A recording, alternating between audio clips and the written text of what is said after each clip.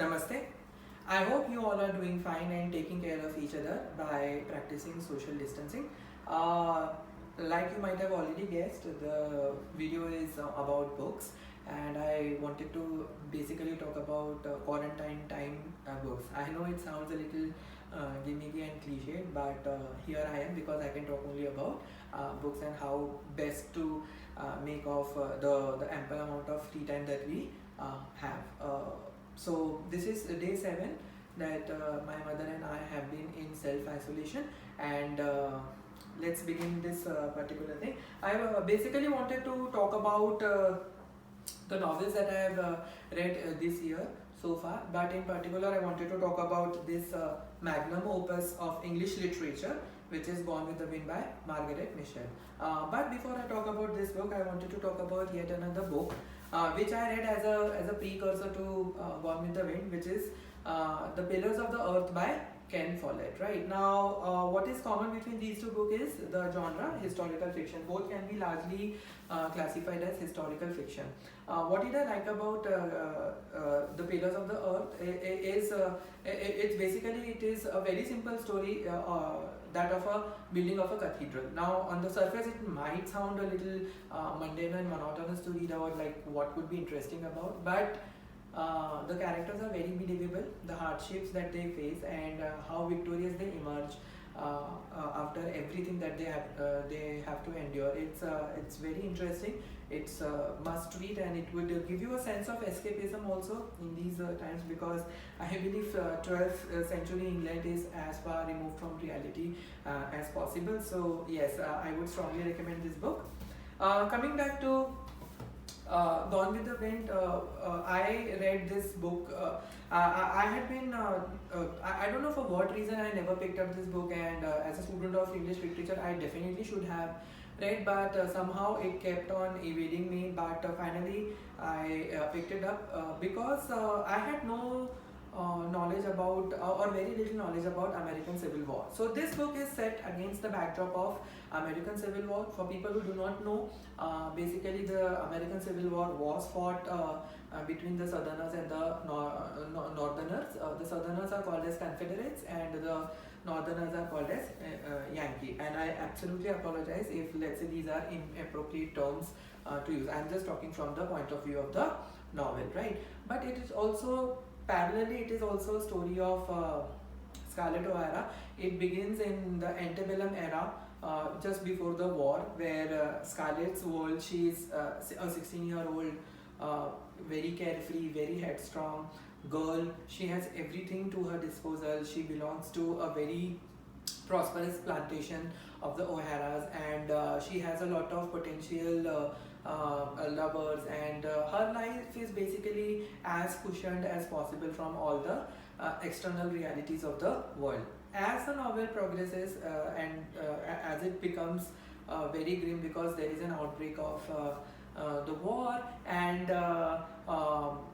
Scarlett, in a sense, she is a very serious victim of the war, and the decisions that she has to make to ensure not just her own survival but the survival of her entire family. Now this is where a little conflict comes into picture. Would you actually take the decisions that Scarlett takes in this novel? Because her focus is to never ever go hungry, no matter what happens, whether it is during the war and also after the war also. And her decisions are all in a sense, you might feel that these are very materialistic decisions, and isn't she patriotic? Doesn't she feel anything for the cause, as it is called in the book? And hence I think it's apt to classify Scarlett as the anti-heroine, which is what makes her very strong character.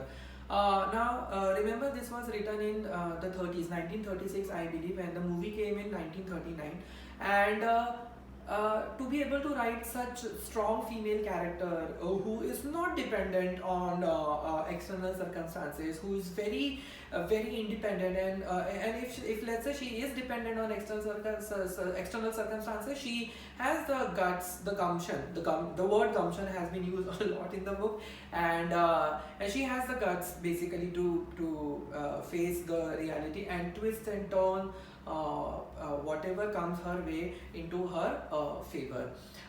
The book is also populated with many other minor characters, but if I have to talk about other major characters, the one obvious character is Red Butler, which you can see here. And I forgot to talk about the cover. Basically, for a lot of people, this might be a little misleading because most of my students also came to me and asked me, "Sir, are you reading a romance?" And the answer is yes and no for all the things that I just told you. Obviously, it is a romance because it is Scarlett's personal journey, or how she falls in and out of various people. But it is also very nuanced and a very compassionate view of what war can actually do to a civilization. Now, this is a novel which is from the point of view of Southern America, and it paints a very benevolent picture of the Southerners, right? So basically, the war was fought for.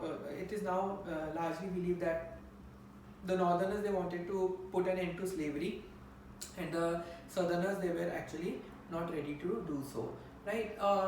Having said this, the slaves, actually the description of the slaves, these are all at best secondary or tertiary characters, and the from the point of view of Scarlett also, she thinks that I mean, everyone takes the slaves and the people who work for the white people for granted, because it is politically very, I think it is very incorrect also. The book must have caused a lot of stir when it was released. I'm very sure about this, because it makes a lot of people uncomfortable also to even talk about such things, right?